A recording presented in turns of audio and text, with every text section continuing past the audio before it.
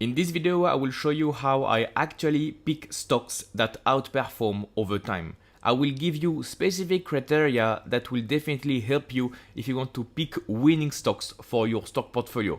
So the first thing I screen is the stable free cash flow per share growth over 5 or 10 years, not just earnings per share of revenue. Okay, let me explain how it goes. You have different metrics that are important when you consider an investment, right? What is really important, and that's maybe the step one, is this a growing business, a profitable business that is growing? So you can check the revenue growth, but revenue growth will not indicate the profitability. You can check earnings per share growth, that's a very good indicator, but you can do even better. And the top one indicator I have for screening great stocks is the free cash flow per share growth. You take the free cash flow of the company, you divide it by the number of shares, and you have plenty of websites like Stock Unlock or FinChat to track the free cash flow per share of the company. There is a great correlation between free cash flow per share growth and stock prices growth. If your free cash flow per share is growing 20% per year, there is a great chance that the stock price of the company will go up by 20% per year in the very long term. You can compare it with many companies in the very long term, meaning 10 or 20 years. You have a great correlation between these two metrics. So I would say that's the top one element. And this is why it's the first point of today's video. I don't want to waste your time. Please screen for stable free cash flow per share growth. Stable meaning you want this to be above 8%, depending on the kind of returns you want actually. Don't shoot for the stars, don't put something above 20%, but maybe if you want to have a good filter, a good screener, you can put a free cash flow per share growing 10% or more for the past 5 years, 10 years. The longer the time horizon, the better the predictability. So you want to do this for 5 or 10 years minimum, you can even do 20 years. If you have a company that has grown that free cash flow per share for 10 years by 15% per year for the past 10 years, there is a great chance they will continue to do that in the future. The past is a very good indicator in the future when it comes to investing. So you want to check if the company has been consistent in the past, because they will continue to operate like this. It's very unlikely that the business will drastically change. If they are not disrupted, they will continue. So the higher the free cash flow per share growth, the better it is for your returns. So that was for the first point. You can check this. And if you do this, if you have a threshold of minimum 15% growth for the free cash flow per share, you eliminate 90% of all the companies, because this is very rare to have these golden opportunities, these golden companies. And this is the reason you outperform. This is the reason why I outperformed for all these years, because I'm very picky about the stocks I choose for my portfolio. And free cash flow per share growth is a very good indicator of this. Second point, I discard 90% of ideas in 5 minutes using automated filters and strict thresholds. I already told you about the revenue growth, net income growth, earnings per share growth, free cash flow per share growth. You can eliminate a bunch of companies, and you also have key filters to eliminate the bad apples. For example, a company filled with debt will not go through my filter. So how do I pick outperforming stocks? I only focus on companies that don't have a debt or cash problem. I want companies without a lot of debt, that are filled with cash, generating strong free cash flow that is growing over time. This is the perfect scenario, and not a lot of companies fit these criteria. Not a lot of companies are like this. And another tip that I can give you completely for free is to be a harsh grader when it comes to companies. In the investable universe, you have more than 50,000 companies. So you have a lot of stocks that are publicly available. You want to fill your portfolio with 10, 15 stocks out of 50,000 stocks. So you have plenty of choice. If you spend some time analyzing a mediocre average business, you have wasted your time. You could have used this precious time to analyze great businesses that compound at 15% per year. So be a harsh grader, be picky, be selective to find the best opportunities, because this is the reason why I outperform. I outperformed and generated a performance above 20% per year, because I just say no to 90% or even 95% of all the investment ideas that come into my area. So this is really, really important.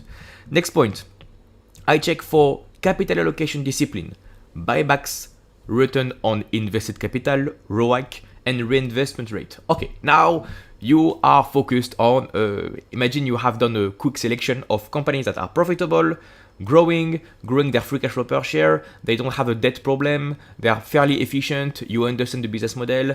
Now, the next step to only pick the 1% is to check the capital allocation decisions of these businesses. What is that? How does it work? What does it mean?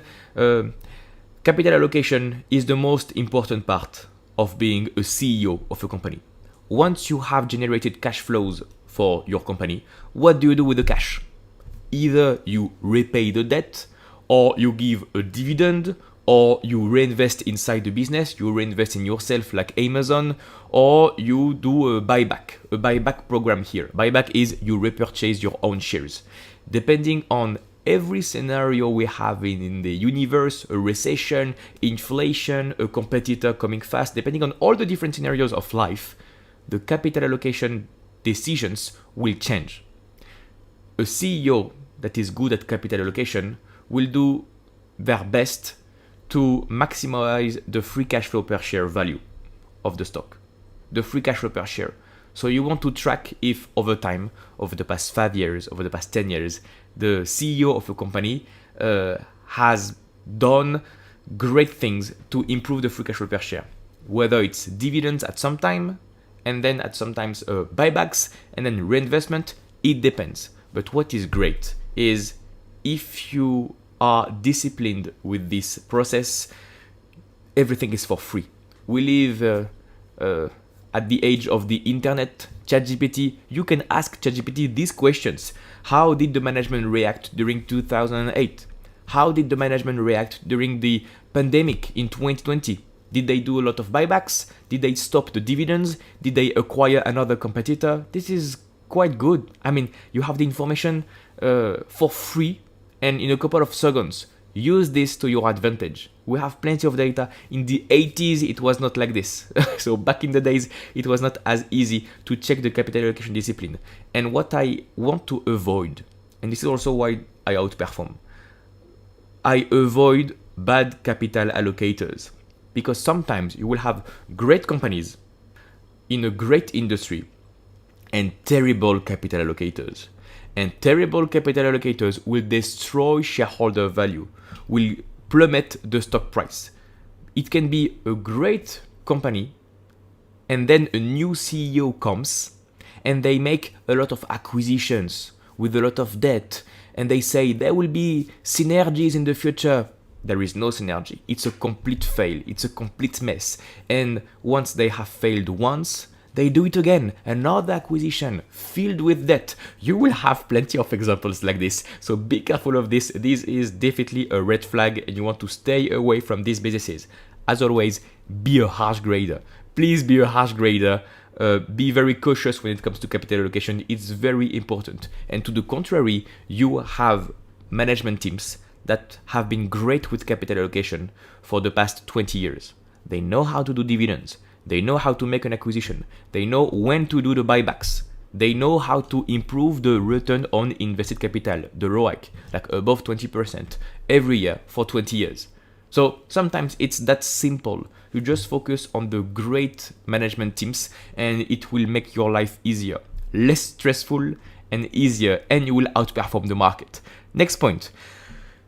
To outperform the market, what I have done is to only focus on sectors, industries that I can understand, that are inside my circle of competence. So understandable sectors with predictable cash flows and pricing power. So we have already talked about the predictability of cash flows. You want something that grows every year very well with efficiency, and pricing power. Pricing power is the ability for a company to increase their prices without customers complaining, without churn rate. For example, the iPhones are expensive. They have been raising their prices for many years, but still, if my iPhone breaks tomorrow, I will buy another one. I don't care. The price is up, is more, that's fine. Okay, I will buy more. So Apple has an amazing pricing power. Same thing for Ferrari. Or Ferrari, they can increase the price of 10% per year and customers will be fine. Same thing for Netflix. Netflix has been raising their prices every year for the past years, and this is fine. Customers are still here because they see the value in Netflix. They enjoy it. They will not unsubscribe from Netflix. This is going fine. So in my portfolio, I only have companies with predictable cash flows and pricing power. So this is the ability to raise your prices. And if we are going into an inflationary era for some reason, the costs will increase and you need to offset this inflation with higher prices. So Ferrari will not be impacted by inflation. Netflix will not be impacted by inflation. Apple will not be impacted by inflation because they can raise their prices and pass on the cost to the customers. And on average, these companies with pricing power have better free cash flow per share growth. So better stock prices growth over time. This is how you outperform. Next point. Once I have done the analysis, my own filters, I compare against top investors' portfolios. For example, if I'm interested in a company, I check who of the best investors of the world, who owns this company. And if Chuck Akre or Terry Smith, if they own this company, I read what the best investors have to say about this company. Pretty simple. You can just type the name of the company on the internet, like Netflix, Chuck Akre, and you check if they have said something. Or you can go to websites like Dataroma to see who owns the I can show you actually. You can go to Dataroma here to check who owns which stock. I can show you if you go to Netflix, this company, you see who owns Netflix. Tom Russo, Pollen Capital Management, Viking Global Investors, and Lee Ainsley, Maverick Capital. Very well. You can type these names on the internet, read their comments, public letters. They will talk about Netflix. They will explain, okay, we like Netflix because of this and this and this. And in terms of analysis, it will highlight the threats, the dangers, the competition, the advantage. You will have a better understanding of the stock. And this is also why you invest in an understandable sector. You want something that is inside your circle of competence. So you want to understand the company very well. You want to understand the sector very well. This is how you outperform. You are in your niche that you know very well, with a great business, a great management team, and you have the best investors in the world backing you, backing the investment thesis. So you have a confirmation bias here, but you want to confirm the idea because great investors own it. And if it happens that no big investors own this company, so be it. You can skip this point. That's okay. That's just a plus. That's just an additional benefit of being in the same team as these big investors. Let me continue. Now let's talk about valuation. How do I buy companies to outperform the market? Now that you have created a watch list of great companies, great capital allocation, wonderful, valuation is really important. I track valuation bands, like the multiples, PE ratio, what has been the PE ratio over time, and only act when price drops below fair value by 30%. I want to buy not at a fair price, but I want to buy with a margin of safety. This is really important. If you think that a company is worth $100, maybe you don't want to buy at $100. You want to buy when the stock is dropping at $70, at $50. So you have a discount. You have a $50 discount. You buy with a margin of safety. And it's reassuring to have this, it's more secure, and it reduces the risk in the investment thesis. So you only buy at a discount. You want to avoid the situations when you pay a premium with the company. That's how you make stupid mistakes. So 1, you pick the best companies. 2, the best sectors. 3, the best management teams, best capital allocation, best predictable free cash flow, and 4, the best valuation. The best valuation, and you need to be patient. And once you have a discount, a margin of safety, this is when you buy. You don't buy when stocks are elevated, high, expensive. You buy when there is a discount. This is how you find the best deals. You have great discounts and you can make a lot of money if you buy at this point. This is what I've been doing for almost the past decade. Let me continue. My picks are not based on hope. They are based on reputable business performance. Yeah, exactly what we preach on this YouTube channel. We want to check businesses, if they are good, if they are efficient. So the strategy is not based on hope, this is based on fundamentals, real stock picking with real companies. And if this is the level of clarity you want in your portfolio and you want some help to find the best winning stocks for your portfolio, I've helped over 200 people use this exact method. You can book a free strategy call below and let's make your portfolio work like it should. If you have difficulty doing it for yourself, I have a coaching program. There is a link in the description below. You can book a call with me. It's completely free and we will discuss your investment portfolio. We will discuss what are your objectives, what are your worries, your problems, your issues, and we will implement a strategy that works for you so you can outperform the market. So click the link in the description below, book a call with me, and I'll see you on the other side.